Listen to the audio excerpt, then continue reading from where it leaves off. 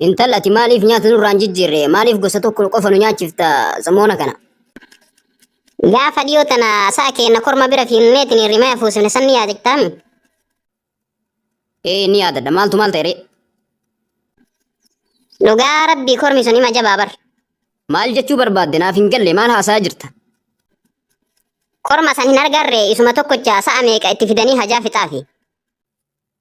Kanaafuu gaafii ansi gaafadhe maaltu wal qabsiisire kana? Bari gaafsan korma sallaalee ajaa'ibaati. Korma bar qixxama garbuu nyaachisanii achi booda sa'a barbaadan itti fidan. San booda hajaa fixee fi yeroo masarrimaa fuusisee ofirraa galan. Anillee gaafa san atillee yoo qixxaa garbuu kan nyaattu taate fooyyee fiduun ooltu jedhee akka sanii qixxaa garbuu si nyaachisa. Garuu fooyyee takkan agarre sababaan maali? Bar bakka kanatti waan siin galin tokkotu jira.